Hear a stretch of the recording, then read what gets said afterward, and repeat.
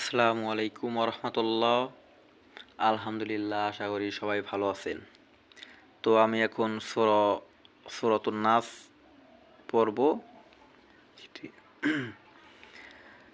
আউযু বিল্লাহি মিনাশ শাইতানির রাজীম। সূরাতুন নাস মাক্কিয়াহ। বিসমিল্লাহির রহমানির রহিম। কুল আউযু বিরাব্বিন নাস, মালিকিন নাস, ইলাহিন নাস, মিন শাররিল ওয়াসওয়াসিল